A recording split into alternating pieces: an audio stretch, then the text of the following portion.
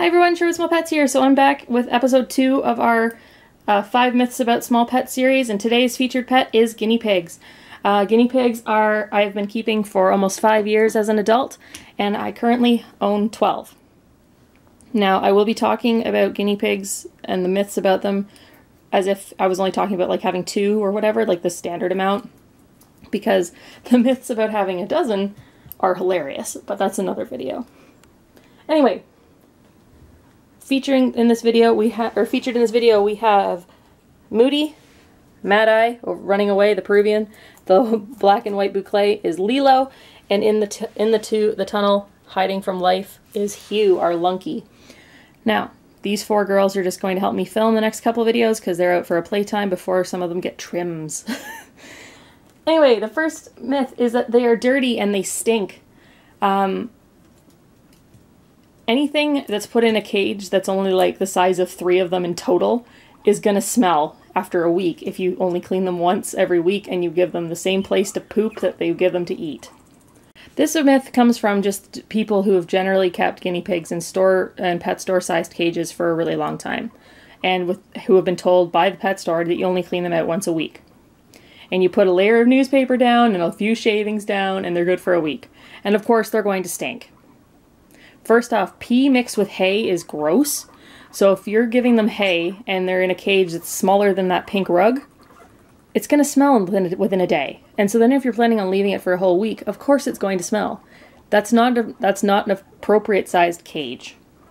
So if they're not in an appropriate sized cage, of course they're going to smell. My house never smells like guinea pig, and I have 12.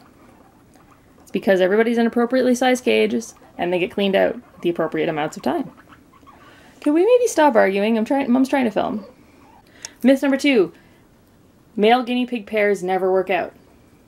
This largely kind of comes back to the idea of keeping guinea pigs in cages smaller than that rug.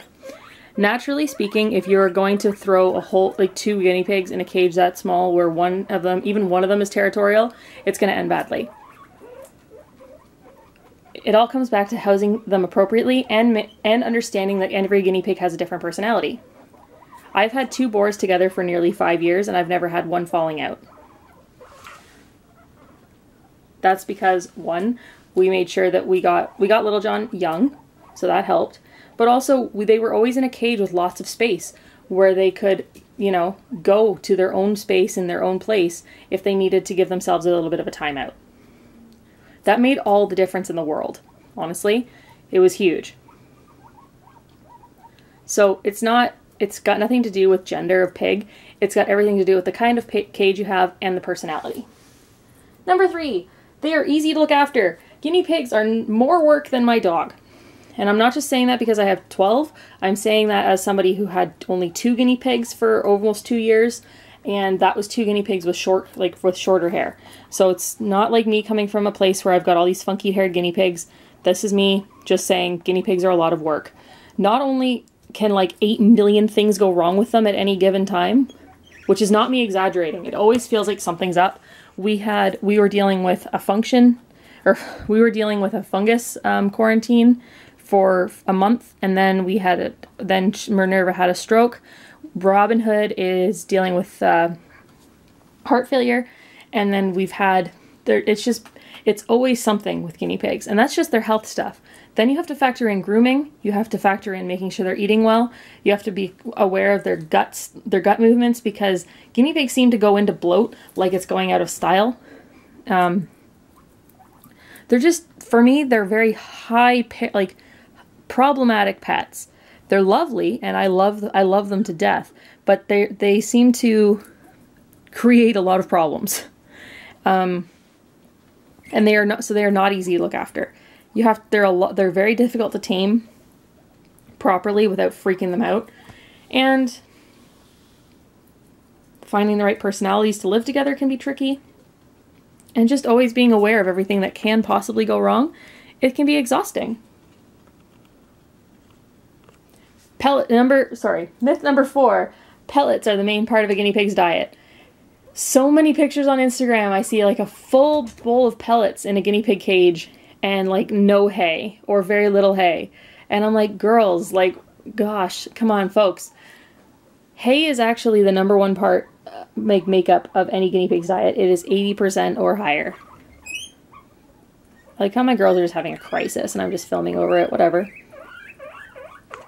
They're very chatty. They're also missing their big leader right now. I didn't bring Bambi or Lizzie down. And so the Omega pigs are apparently trying to figure out their status.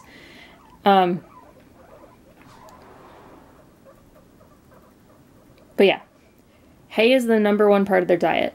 Pellets are only make up only 5% of their daily nutrients needs, and it's literally basically just vitamins and minerals that they need. That's pretty much it. Okay, that's really all that they need them for. Vegetables are much more important, and hay is like 10 times more important. Well, I guess more like 16 times more important than pellets. So always make sure you get the hay you put hay in the cage before pellets. And that brings us to the last point, that guinea pigs are cheap pets. Guinea pigs are very expensive. From the cost of their feed, because they always need a lot of hay because they waste a lot of hay, but they always need a lot of hay. They need good quality pellet. They need vegetables daily. They need some kind of bedding changed regularly. You need to have a lot of money put aside for vets because things can go wrong very quickly. And you need to just have a consistent amount of supplies. Guinea pigs are quite expensive. You can drop more per guinea pig at a vet than a dog, like annually, than a dog. My pigs have seen the vet more than my dog ever has, and they're more expensive. Everything to work on them is more expensive because they're considered exotic. I don't agree with that, but that's the way it is.